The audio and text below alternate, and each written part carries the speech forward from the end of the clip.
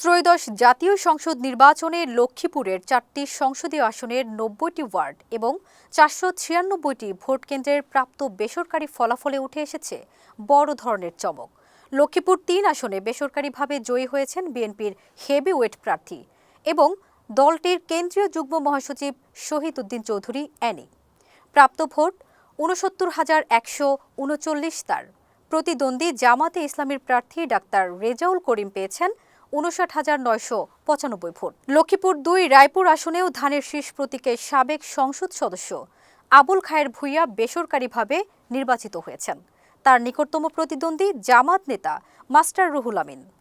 লক্ষ্মীপুর ১ রামগঞ্জ আসনে বড় ব্যবধানে জয়লাভ করেছেন বিএনপির প্রার্থী শাহাদাত হোসেন সেলিম। এই আসনে এনসিপি এবং ইসলামী আন্দোলনের প্রার্থীরা লড়াই করলেও সেলিমের ভোট অক্ষুণ্ণ ছিল। লক্ষ্মীপুর ৪ রামগতি ও কমলনগরে সবচেয়ে আলোচিত এই আসনে জয়ী হয়েছেন বিএনপির সাবেক এমপি আশরাফ উদ্দিন নিজান। তবে এখানে জেএসডি নেত্রী তানিয়া রব এবং জামাতের AR হাফিজুল্লাহর সাথে তার লড়াই ছিল দেখার মতো।